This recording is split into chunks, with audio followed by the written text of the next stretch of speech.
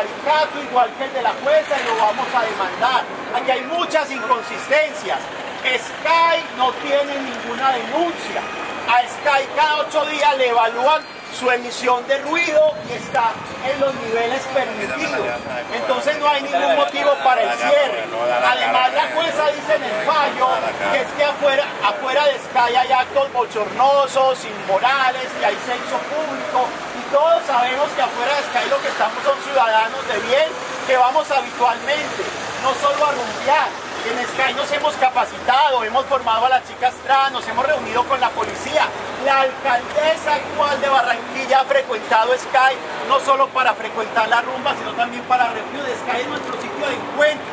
Es que no nos están cerrando una discoteca, nos están cerrando el sitio emblemático que en Barranquilla congrega a la población LGBT y eso es un golpe bajo.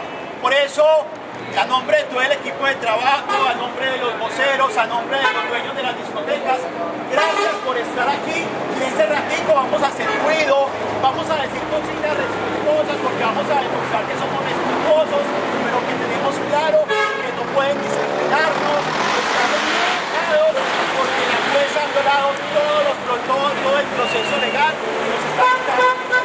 Yo los invito a que den un fuerte aplauso.